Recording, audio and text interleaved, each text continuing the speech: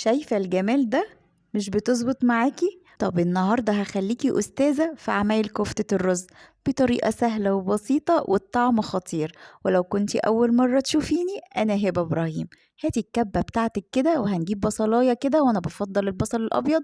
5 فصوص من الثوم هنفرمهم الأول، وهنزل بالخضرة بتاعتي شبت وبقدونس وكزبرة. هاخد الورق بس هفرمه، وانزل بنص كيلو من اللحمة المفرومة، كوبايتين من دقيق الرز، معلقة من بهارات الكفتة، ملح وفلفل أسمر، ومعلقة من الكزبرة. وهنضرب كل ده كويس جدا في الكبة. شايفة لونها مظبوط ازاي؟ عشان ما كترناش الخضرة. شوية زيت بقى، وهنبدأ كده نصبعها.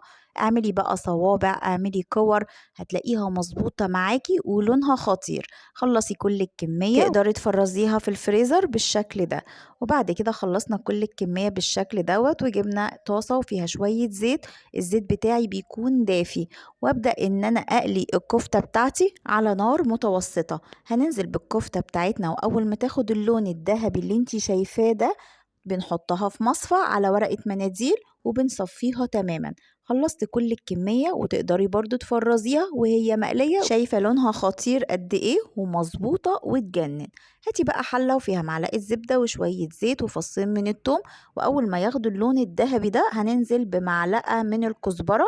أول ما تلاقيها ريحتها طلعت، أنزل بكوباية من عصير الطماطم، كوباية مية، معلقتين من صلصة الطماطم، ملح وفلفل أسمر، وعندنا معلقة صغيرة من السكر. بطاطساية بقى مقطعها مكعبات، وأول ما تلاقيها خدت نص سوا هنزل بالكفتة بتاعتنا. هتاخد غلوتين، وهطفي عليها وأقدمها جنب شوية رز بشعرية تجنن.